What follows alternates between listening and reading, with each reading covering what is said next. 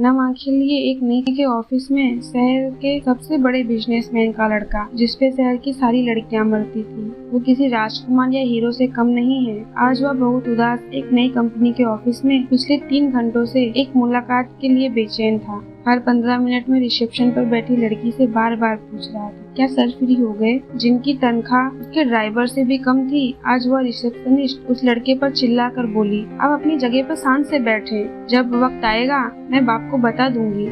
ऐसा पहली बार हुआ। रोहित राय इतना बड़ा आदमी नौकरों की बात सुन रहा था। बात कुछ ऐसी है कि रोहित राय की कंपनी दिवालिया होने वाली थी और उसको सारी उम्मीद इस नई कंपनी के मालिक से थी। शायद उस कंपनी का मालिक उसको दिवालिया होने से बचा सकता था। 3-4 घंटे इंतजार करने के बाद रिसेप्शनिस्ट उसे बोली, अब आप मैडम के केबिन में जा सकते हैं। बॉस के पास जाने से पहले रोहित को ये तो पता चल गया कि इस कंपनी का बॉस कोई लड़का नहीं बल्कि एक लड़की है। केबिन में पहुंचकर रोहित ने जब बॉस को देखा तो वो दंग रह जाता है। वह कहता है, तुम और इस कंपनी की बॉस हो? यह हो नहीं सकता, जाओ जाकर बॉस को बुलाओ। केबिन में बैठी लड़की कहती है, क्यों, मैं बॉस नहीं हो सकती? अगर तुमको ऐसा लगता है तो तुम जा सकते हो। रोहित बोलता है, नहीं, मैं तो तुमसे बस पूछ रहा था। रिया, तुमको मेरी हालत का अंदाजा भी नहीं है, मैं किस हाल में हूँ। तुम अपनी जबान से मेरा नाम मत लो, मैडम कहो मुझे, नहीं तो धक्के मारकर ऑफिस से बाहर निकलवा दूंगी। रिया ने गुस्से में कहा, सॉरी मैडम,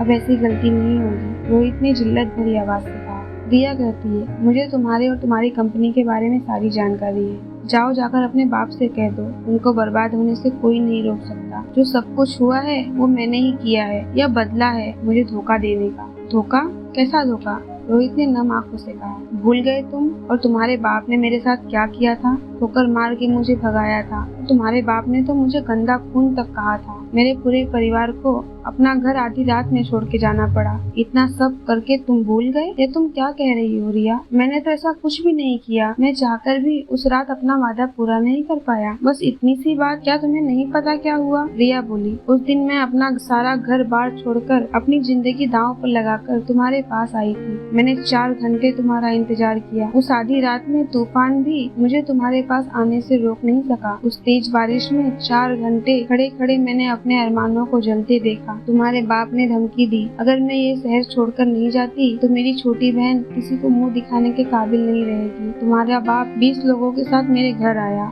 और मेरे घर को जला दिया और हमें शहर छोड़ जाने की धमकी दी। मुझे याद है आज भी वो रात, कैसे मैं आधी रात को अपने परिवार के साथ शहर छोड़कर भागी, कैसे मेहनत मजदूरी कर कर मैंने अपने परिवार को पाला, छोटी बहन को पढ़ाया। तुम्हें कुछ भी नहीं मालूम? अरे कैसे मालूम होगा, तुम तो अपने महल में आराम से सो रहे होगे। तुम तो सबसे रईस बाप की औलाद हो जिसको एक गंदी लड़की से प्यार हो गया था।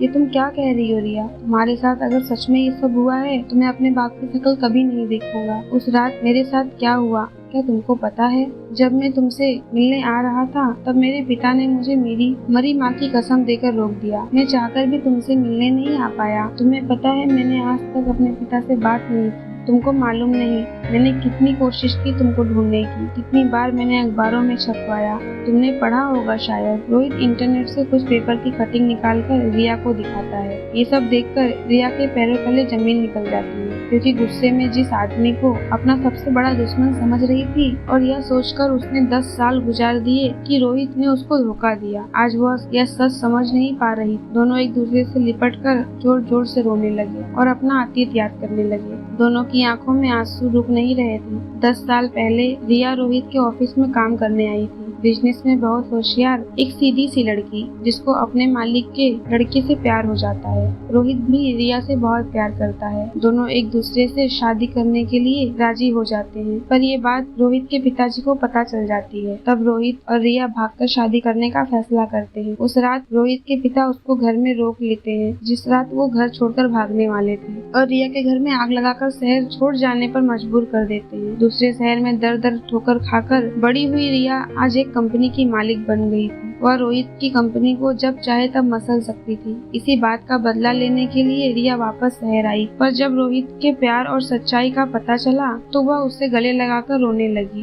रोहित रिया को लेकर गुस्से में घर जाता है और चिल्लाकर अपने पिता को बुलाता है। और कहता है, देखो तुमने क्या किया। रोहित के पिता की आंख में आंसू आ जाते हैं, क्योंकि इतने सालों बाद रोहित ने उनसे बात की थी, गुस्से में ही सही, पर बात तो की थी। रोहित के पिता हाथ जोड़कर रोहित से माफी मांगते हैं और कहते हैं, मुझे पता था एक दिन ये जरूर होगा, मैंने बहुत बड़ी गलती की है, हो सके तो मुझे माफ कर देना बेटा, पर एक बार यह जरूर जान लो मैंने ऐसा क्यों किया। मुझे नहीं जानना, आपने मेरी जिंदगी बर्बाद कर दी।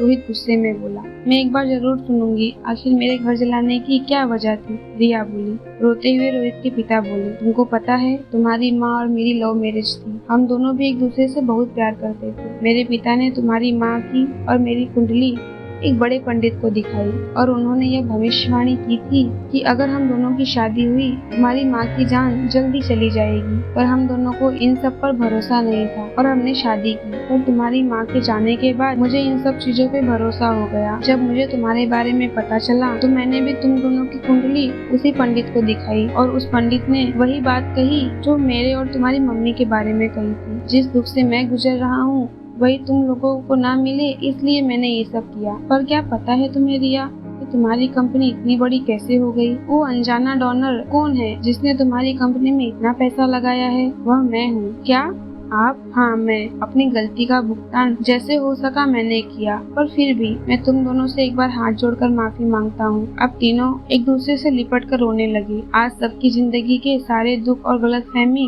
का बोझ उतर गया था। रिया और रोहित ने कुंडली का निदान करवाकर शादी कर ली और अब वो एक दूसरे के साथ खुश हैं। अगर आपको ये स्टोरी अच्छी लगी हो तो हमारे चैनल को सब्सक्राइब जरूर करें, वीडियो को लाइक करें।